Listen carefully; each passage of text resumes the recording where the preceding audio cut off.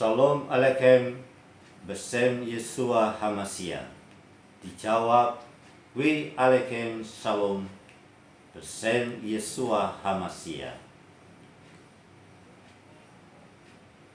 Bacaan hari ini dalam Lukas 10 ayat 1 sampai 12. Yesus mengutus murid-muridnya ke 70 orang itu.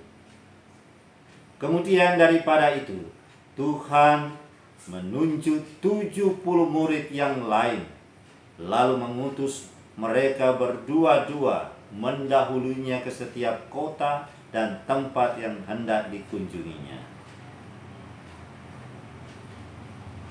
Karena itu, mintalah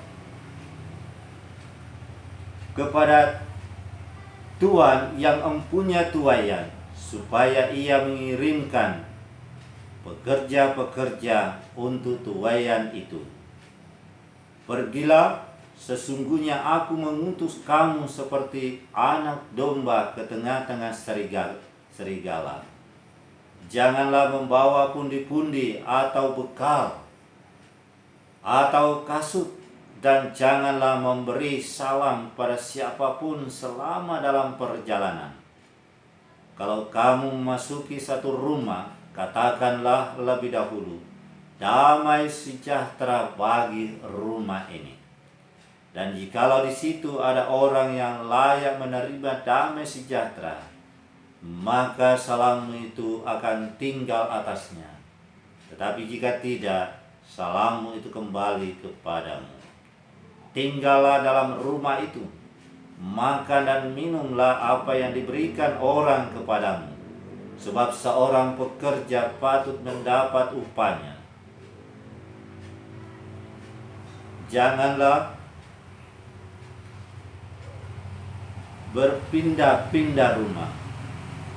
Dan jikalau kamu masuk ke dalam sebuah kota dan kamu diterima di situ, makanlah apa yang dihidangkan kepadamu, dan sembuhkanlah orang-orang sakit yang ada di situ, dan katakanlah kepada mereka, kerajaan Allah sudah dekat padamu.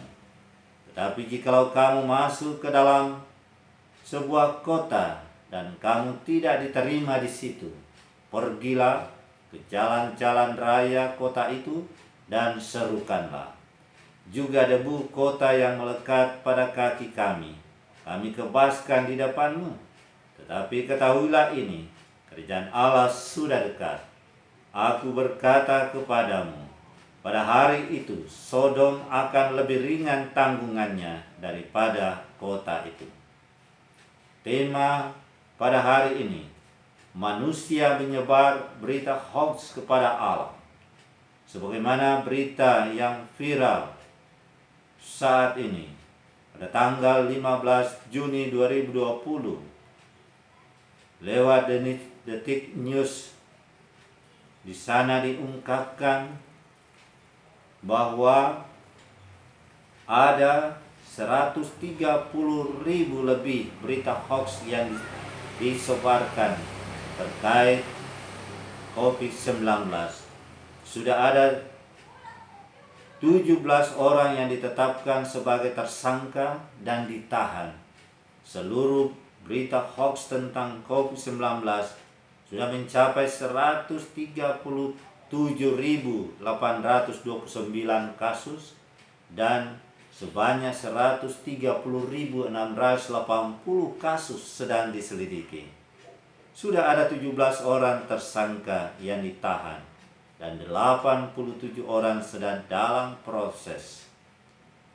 Penyebaran berita bohong atau berita hoax semakin masif seiring dengan meningkatnya kasus virus corona di Indonesia. Merujuk Undang-Undang ITE nomor 19 tahun 2016 pasal 45A ayat 1. Setiap orang yang dengan sengaja dan tanpa hak menyebarkan berita bohong dan menyesatkan dipidana dengan pidana penjara 4 tahun dan denda paling banyak 750 juta. Penyebaran berita bohong atau hoax ditujukan pada individu atau banyak orang. Larangan mendistribusikan, mentransmisikan, dan atau membuat dapat diaksesnya informasi elektronik bermuatan penghinaan atau pencemaran nama baik pada ketentuan pasal 27 ayat 3. Manusia menyebar berita bohong atau hoax pada sesama manusia dengan mudah dapat diketahui dan dilacak siapa pelakunya, lalu menangkapnya dan diproses sesuai hukum yang berlaku. Kemudian timbul pertanyaan, bagaimana kalau manusia menyebar kabar bohong, berita hoax kepada Allah, dan bagaimana caranya menyebar berita bohong? Pengertian kabar bohong dari kata Ibrani seker, kebohongan, penipuan. Sedangkan dusta dari kata kazab, artinya dusta atau hal yang palsu. Dan di dalam bahasa Yunani dikatakan pseudos dan yang sejenisnya. Pada dasarnya, dusta adalah pernyataan tentang sesuatu yang diketahui palsu dengan maksud menipu. Alkitab dengan tegas mengutuk segala bentuk sumpah dusta. Dalam kitab Perjanjian Lama, Keluaran 23 ayat 1, janganlah engkau menyebarkan kabar bohong. Janganlah engkau membantu orang yang bersalah dengan menjadi saksi yang baik yang tidak benar. Dalam Kolose pasal 3 ayat 9, jangan lagi kamu saling mendustai, karena kamu telah menanggalkan manusia lama serta kelakuannya. Sekarang timbul pertanyaan, bolehkah manusia menyebar berita bohong kepada Allah? Setelah kita mengerti kabar bohong, baiklah kita melihat bagaimana caranya memberitakan kabar baik, yaitu Injil. Kata Injil dari kata evangelion, tentang kerajaan Allah sudah dekat. Dalam Lukas 10 ayat 1 dari pembacaan kita tadi, kemudian daripada itu Tuhan menunjuk 70 murid yang lain, lalu mengutus mereka berdua-dua mendahulunya ke setiap kota dan tempat yang hendak dikunjunginya. Tuhan Yesus mengutus murid-muridnya. Dalam Yohanes 20 ayat 21, maka kata Yesus sekali lagi, damai sejahtera bagi kamu, sama seperti Bapa mengutus aku. Demikian juga sekarang, aku mengutus kamu. Hal ini berarti bahwa Allah Bapa mengutus Yesus. Kira-kira 2700 tahun yang silam, Nabi Yesaya menubuatkan, sebab seorang anak telah lahir untuk kita, seorang putra telah diberikan untuk kita. Lambang pemerintahan ada di atas bahunya, dan namanya disebut orang penasihat ajaib, Allah yang perkasa, Bapa yang kekal, Raja damai. Yesaya 9 ayat 5. Sang Raja damai yang dinubuatkan dalam ayat ini jelaslah menunjuk pada Kristus, penggenapan dari pengharapan ini. Apostolo dalam bahasa Yunani berarti utusan atau duta. Orang yang diutus oleh pemerintah atau raja untuk melakukan tugas khusus disebut utusan atau duta. Jadi raja yang mengutus para duta disebut Raja Damai. Sebutan Raja Damai dalam bahasa Ibrani disebut Shar Shalom, yang berarti seseorang yang menghapus segala yang mengganggu kedamaian, dan seseorang yang mengukuhkan kedamaian. Tapi kekuasaan Kristus dasarkan pada pengorbanan darahnya sendiri. serta berdasarkan keadilan dan kebenaran dalam Kristus, damai sejahtera sudah datang. Pertama-tama, melalui kematiannya, Kristus telah mendamaikan manusia dengan Allah. Inilah kebutuhan pokok, kebutuhan utama dan mendasar dari manusia berdosa, yaitu damai sejahtera dengan Allah. Yang kedua, Kristus memberikan damai sejahtera di hati orang yang percaya kepadanya. Damai sejahtera yang diberikan itu bersifat kekal, tidak dapat dirampas, tidak dapat dipengaruhi oleh situasi apapun yang datang dari luar.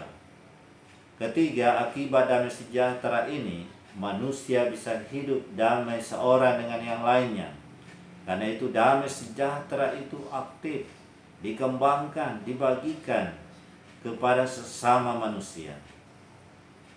Mari kita perhatikan tujuan utama dari pengutusan Tuhan Yesus, supaya setiap orang yang percaya kepadanya tidak binasa, melainkan beroleh hidup yang kekal. Ini merupakan tema utama yang diketengahkan bagi kita. Karena itu, mari kita melihat apa janji Tuhan Yesus ketika mengutus para murid ini. Janji yang pertama, yaitu dalam Matius 18 ayat 20. Sebab di mana 2 atau 3 orang berkumpul dalam namaku, di situ aku ada di tengah-tengah mereka. Itulah sebabnya Kristus mengutus kepada, pertama, mereka yang belum memiliki damai sejahtera yang sesungguhnya. Yang kedua, mereka yang belum mengalami kelahiran baru, yang hanya dapat diterima dengan percaya kepada Kristus. Yang ketiga, mereka yang sudah diselamatkan tetapi tidak merasakan damai sejahtera. Jadi ringkasnya, Kristus Sang Raja Damai tidak hanya membawa damai sejahtera, tetapi juga mengaruniakan damai sejahtera itu pada orang percaya. Yang janji yang kedua, kalau kamu memasuki satu rumah, katakanlah lebih dahulu, Shalom Aleichem, damai sejahtera bagi rumah ini. Dan jikalau di situ ada orang yang layak menerima damai sejahtera, maka salammu itu akan tinggal atasnya. Tetapi jika tidak, salammu itu akan kembali kepadamu. Nah, inilah bukti bahwa Tuhan Yesus mengungkapkan perkataannya dan menepati janjinya pada saat manusia, pada saat murid-muridnya mengalami kegelisahan, ketakutan setelah kematian dan kebangkitan Yesus di antara orang mati. Tuhan Yesus hadir di tengah-tengah mereka dan mengucapkan Shalom Aleichem, damai sejahtera menyertaimu. Hal ini berlaku bukan hanya pada murid-murid, tapi juga pada semua orang yang percaya kepadanya. Ungkapan salam ini juga digunakan oleh Tuhan Yesus. Mari kita lihat Lukas 24 ayat 36. Apa yang dilakukan oleh Tuhan Yesus seperti yang dijanjikan tadi. Sementara mereka bercakap-cakap, yaitu murid-murid Yesus bercakap-cakap tentang hal-hal itu, Yesus tiba-tiba berdiri di tengah-tengah mereka dan berkata kepada mereka, damai sejahtera bagi kamu. Jadi Tuhan Yesus hadir di tengah-tengah mereka dan mengucapkan Shalom Aleichem. Ya. Kemudian dikatakan di situ Shalom Lachem. Ya. Kemudian dalam bahasa Yunani di situ dikatakan eirene humin. Ya. Kemudian yang kedua, kita lihat Yohanes 20 ayat 19. Ketika hari sudah malam, pada hari pertama minggu itu, berkumpullah murid-murid Yesus di suatu tempat dengan pintu-pintu yang terkunci. Karena mereka takut kepada orang-orang Yahudi. Pada waktu itu, datanglah Yesus dan berdiri di tengah-tengah mereka dan berkata, "Damai sejahtera bagi kamu. Shalom lakem." Kita lihat lagi bukti yang ketiga, Yohanes 20 ayat 26. 8 hari kemudian murid-murid Yesus berada di tengah-tengah mereka, dan Thomas bersama-sama dengan mereka. Sementara pintu-pintu terkunci, Yesus datang dan ia berdiri di tengah-tengah mereka dan berkata, "Damai sejahtera bagimu."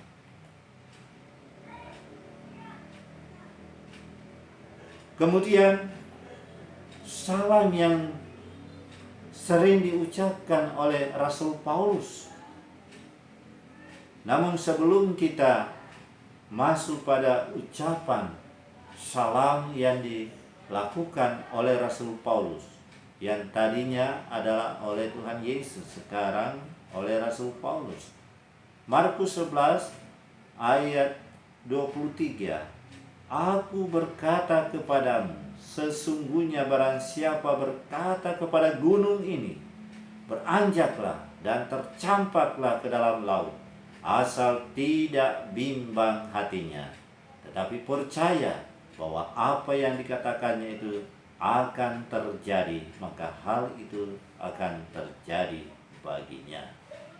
Dalam ayat 24, Markus 11 ayat 24, "Karena itu aku berkata kepadamu, apa saja yang kamu minta dan doakan, percayalah bahwa kamu telah menerimanya, maka hal itu akan diberikan kepadamu."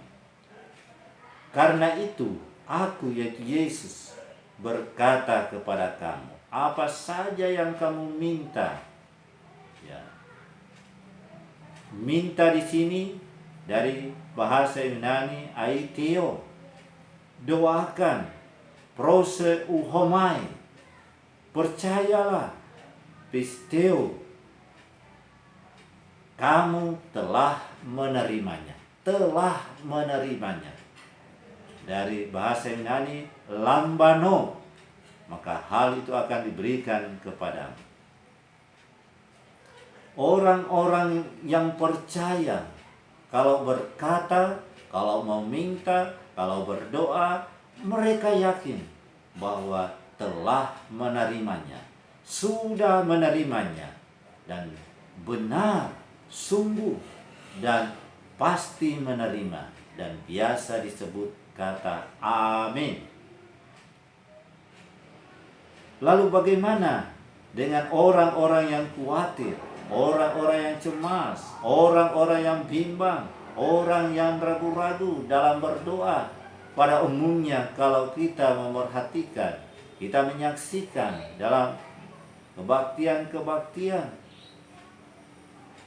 baik melalui media cetak, media elektronik, SMS, WhatsApp, dan lain-lain, kebanyakan berkata dan mengucapkan doa, semoga cepat sembuh, semoga selamat, moga-moga sukses, mudah-mudahan, kiranya Tuhan menyertai kamu. Mari kita saksikan apa kata Alkitab dalam surat Rasul Paulus kepada jemaat-jemaat tentang salam. Ternyata tidak ada kata semoga. Tidak ada kata kiranya. Coba kita lihat Roma pasal 1 ayat 7. Di sana dikatakan, kasih karunia menyertai kamu dan damai sejahtera dari Allah Bapa kita dan dari Tuhan Yesus Kristus. Jadi dalam surat pertama Korintus 1 ayat 3, 2 Korintus, Galatia, Efesus, Filipi, Kolose, 1 Tesalonika pasal 1 ayat 1, 2 Tesalonika pasal 1 ayat 2, Timotius, Titus, Filemon, semuanya tidak ada tercantum kata semoga, tidak ada kata kiranya. Dalam bahasa Yunani dikatakan pitanos. Ini menggambarkan kepada kita bahwa Paulus mengikuti apa kata Tuhan Yesus. Nah, masih kita mendengarkan kiranya damai sejahtera. Padahal di dalam Injil tidak ada kata seperti itu. Kemudian salam yang diucapkan oleh Rasul Petrus, mari kita lihat surat pertama Petrus pasal 1 ayat 2 dan 2 Petrus pasal 1 ayat 2. 1 Petrus pasal 1 ayat 2, kiranya kasih karunia dan damai sejahtera makin melimpah atas kamu. Ada kata kiranya. Tetapi di dalam 2 Petrus pasal 1 ayat 2, kasih karunia dan damai sejahtera. Di situ tidak ada kata kiranya. Nah, karena itu dari kedua ayat ini, kalau kita lihat bahasa aslinya, tidak ada kata semoga, tidak ada kata kiranya. Dalam bahasa Yunani, pitanos.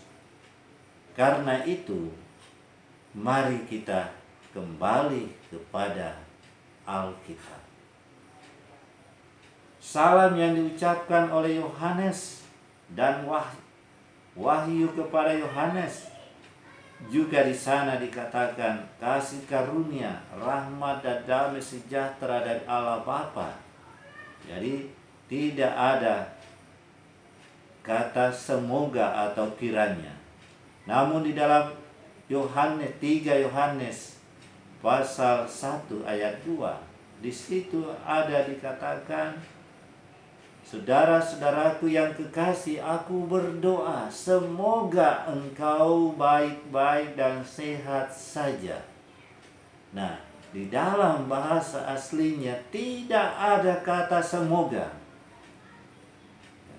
Karena Yesus sendiri tidak pernah mengatakan kiranya, semoga, dan karena itu adalah ungkapan bahasa orang yang khawatir, orang yang bimbang, orang yang ragu-ragu dalam kehidupannya, dalam berdoa, dalam berkata, dalam meminta, dan lain sebagainya.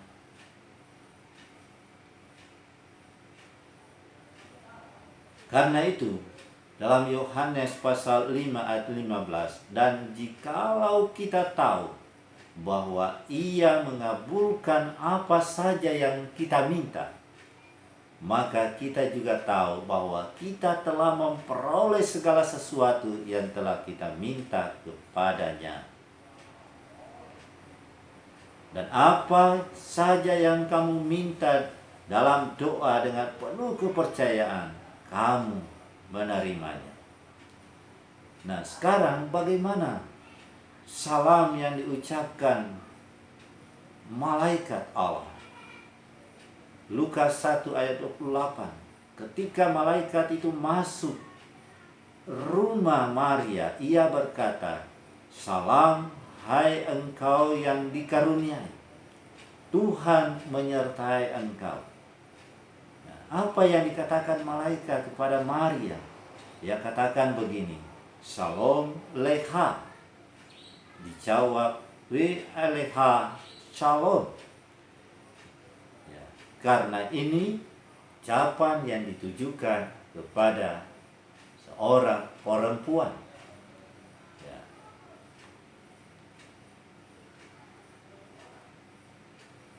Salam, hai engkau yang dikaruniai, Tuhan menyertai engkau.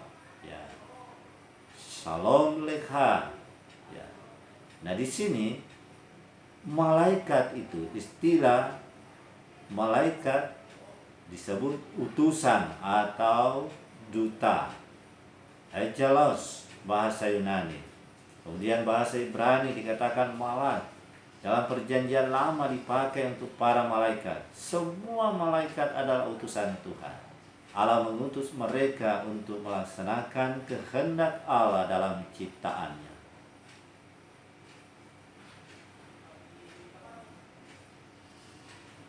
Salam yang diucapkan oleh Yudas Iskariot, murid Tuhan Yesus.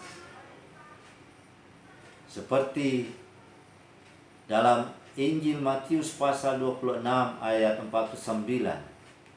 Dan segera ia, yaitu Yudas, maju mendapatkan Yesus dan berkata, "Salam Rabi," lalu mencium dia.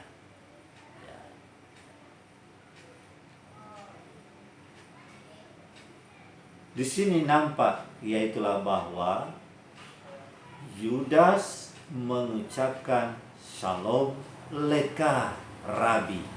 Artinya bahwa yang Shalom yang ditujukan itu adalah seorang laki-laki, yaitu Yesus. Sehingga ia menyebut Lecha, Shalom Lecha.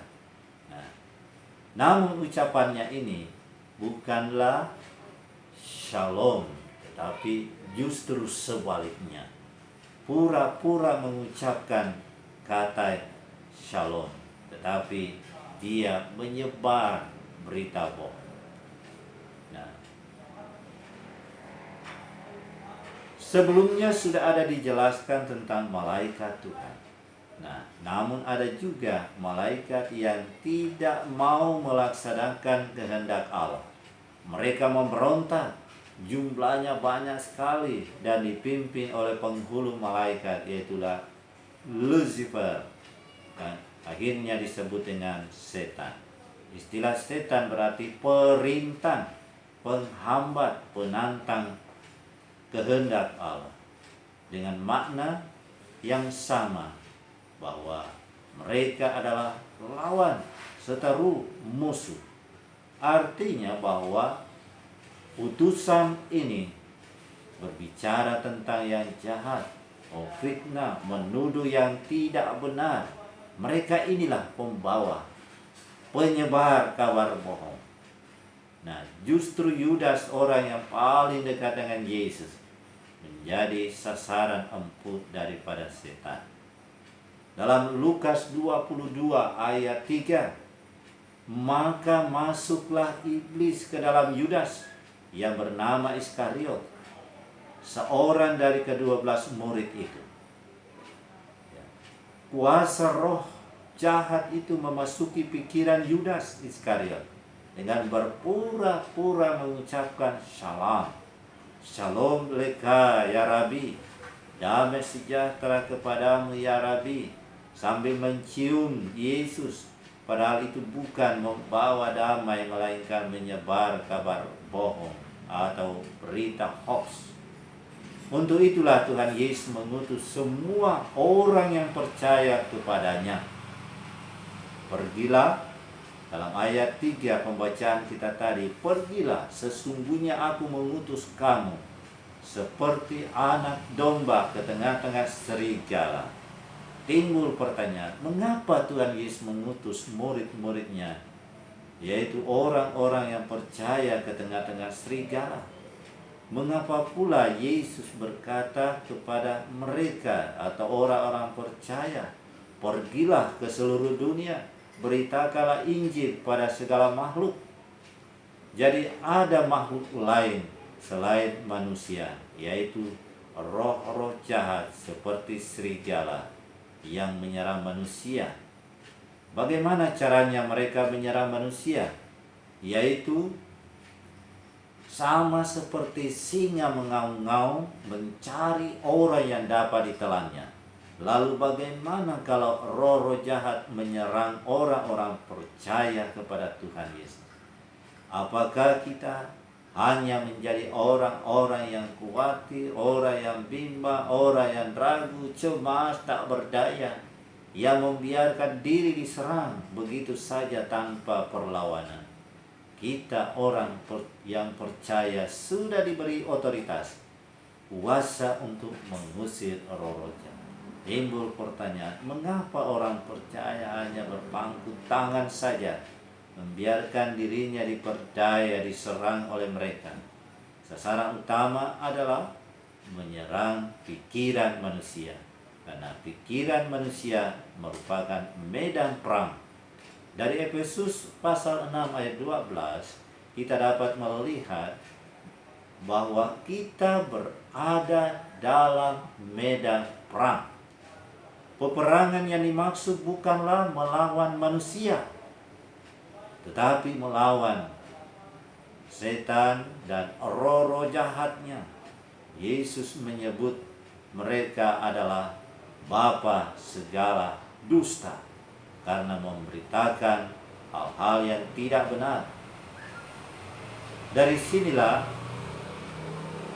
mereka mulai menyerang pikiran manusia dengan pola yang licik, dari gagasan, kecurigaan, kebimbangan, ketakutan, rasa ingin tahu, penalaran, dan teori-teori yang kecil yang terus-menerus mendesak supaya manusia menyebar kabar bohong. Nah, bagaimana caranya? Kunci untuk memenangkan peperangan sebagaimana diungkapkan dalam 2 Korintus pasal 10 ayat 5. Kami mematahkan setiap siasat orang dan merubuhkan setiap kubu yang dibangun oleh keangkuhan manusia dan menentang pengenalan akan Allah. Kami menawan segala pikiran dan menaklukkannya kepada Kristus. Inilah senjata dari firman Allah yang diberikan pada setiap orang. Jangan membiarkan pikiran kita ini dikacaukan oleh mereka. Peganglah janji Tuhan. Bersikaplah tegas dalam memusatkan pikiran pada Kristus dan perkara-perkara rohani lebih daripada perkara duniawi. Sebab pikiran yang dikendalikan oleh roh itu adalah hidup dan damai sejahtera. Penuhilah pikiranmu dengan firman Allah.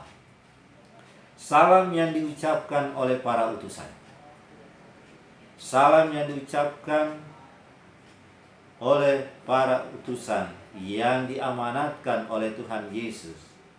Dalam pembacaan kita tadi, Lukas 10 ayat 5. Kalau kamu memasuki suatu rumah, katakanlah lebih dahulu, damai sejahtera bagi rumah ini.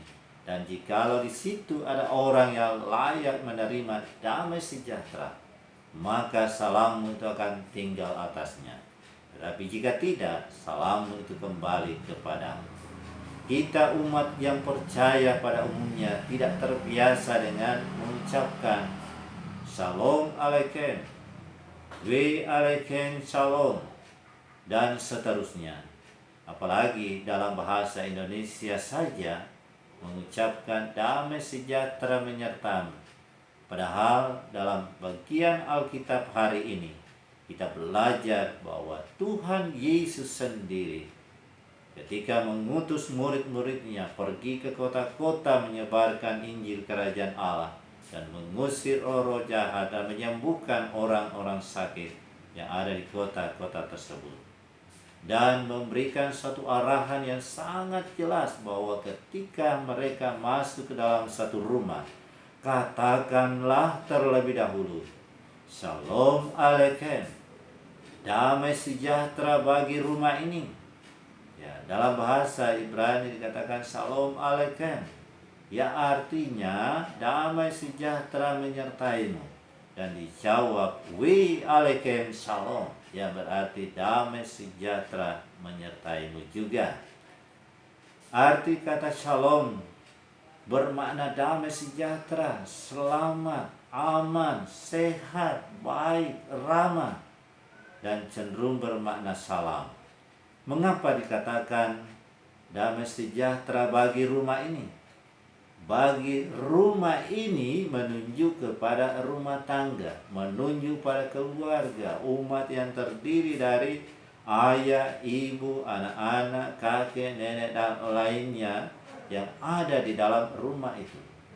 Kata Alekem menunjuk kata jamak, banyak orang, yaitu laki, perempuan, anak-anak, kakek, nenek. Nah, coba kita perhatikan kata Alkitab. Kata al berarti banyak kita. Ya. Katakanlah lebih dahulu.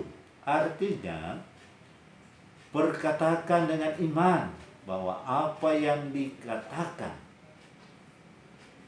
itu terjadi, maka hal itu akan terjadi. Markus 11 ayat 23 tadi. Oleh karena itu, bangunlah lebih dahulu rumahmu. Perhatikan pembangunan sebuah rumah. Tentunya kita membangun fondasi, membangun dasar terlebih dahulu, barulah kita membangun di atasnya. Demikian pula pembangunan rumah rohani kita, yaitu membangun iman lebih dahulu. Karena iman adalah dasar dari segala sesuatu yang kita harapkan dan bukti dari segala sesuatu yang tidak kita lihat. Ibrani 11 ayat 1. Dalam ayat 6 Lukas 10, dan jikalau di situ ada orang yang layak menerima damai sejahtera, maka salammu itu akan tinggal atasnya. Tetapi jika tidak, salammu itu kembali kepadamu.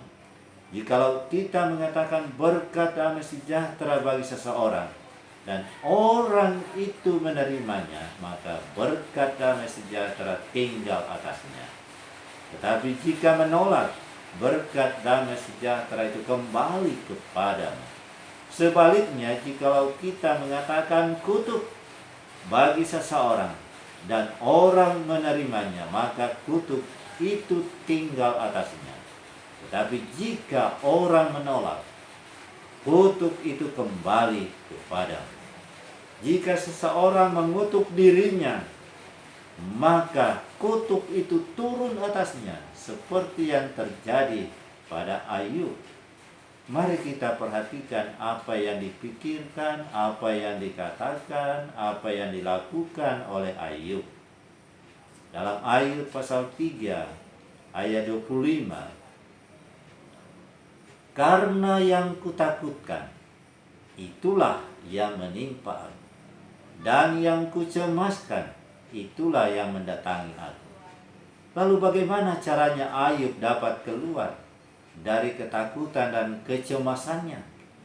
Tuhan mengeruniakan hikmat pada Ayub. Dalam Ayub 42 ayat 6, oleh sebab itu aku mencabut perkataanku, dan dengan menyesal aku duduk dalam debu dan abu. Selama masih ada kesempatan untuk tiba pada air samad, marilah kita mencabut setiap perkataan kita, supaya kita dapat memohon pengampunan daripada Tuhan. Pada saat kita mencabutnya, maka pengampunan terjadi pada setiap orang yang mau bertobat. Hal ini mengingatkan kita pada hukum tarik-menarik atau hukum tabur tuai. Apabila kamu mengasihi orang yang mengasihi kamu, apakah upahmu? Jadi ayat ini sangat penting sekali, bahwa kita harus mengasihi musuh. Kalau hanya mengasihi sesama saja, sesama atau dalam keluarga atau sesama golongan, itu biasa saja. Tetapi kalau mengasihi musuh, upahmu besar di sorga. Matius 5 ayat 44. Kasihilah musuhmu dan berdoalah bagi mereka yang menganiaya kamu.